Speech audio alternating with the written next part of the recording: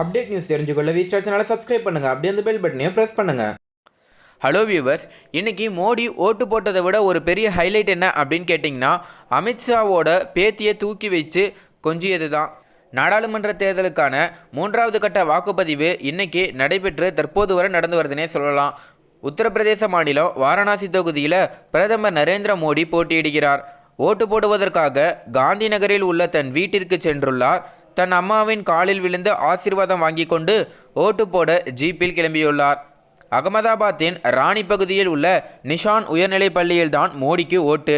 அதனால் வாக்குச்சாவடிக்கு சென்ற பிரதமரை வரவேற்க ஏராளமான ஆதரவாளர்கள் அங்கே திரண்டு நின்றிருந்தார்கள். அங்கே அமித்ஷாவும் இருந்தார். மோடி வந்திறங்கியதும் அவரை வரவேற்று அமித்ஷா உள்ளே கூட்டிச் சென்றார். மோடியும் அமித்ஷாவும் வழக்கம் போல் வாஸ்கோட் அணிந்து ஒரே மாதிரி ட்ரெஸ்ஸிங்கில் இருந்தனர். பின்னர் பூத்தில் ஓட்டு போட்டுவிட்டு வெளியே வந்தார் மோடி. அப்போது வெளியே அமித்ஷாவின் பேத்தியை பார்த்ததும் மகிழ்ச்சியில் தூக்கி வைத்து கொண்டார். அமித்ஷா கொஞ்சியே ஃபேமஸ் ஆனவர் அந்த குட்டி பேத்தி.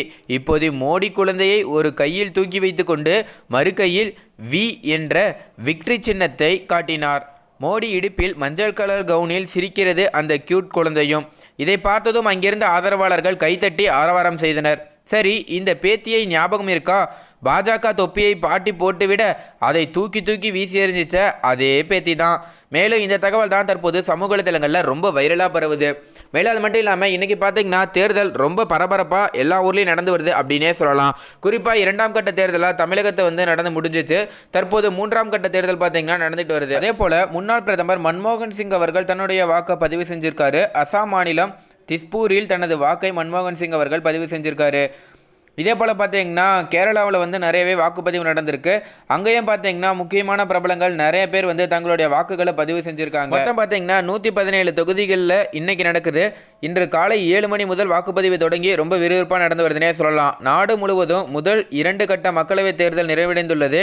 இந்த நிலையில் தான் இன்றைக்கி 3வது கட்டமாக 13 மாநிலங்களில் மற்றும் 2 யூனியன் பிரதேசங்கள்லேயும் மக்களவைத் தேர்தல் நடைபெற்று வருகிறது. மாலை 6 மணி வரை இந்த தேர்தல் நடக்கும் அப்படிங்கிற மாதிரி சொல்லியிருக்காங்க. 2 மணி நிலவரப்படி பார்த்தீங்கன்னா 37.89% வாக்குப்பதிவு நிறைவடைஞ்சிருக்கு அப்படிங்கிற மாதிரி தகவல் வெளியாக இருக்குது.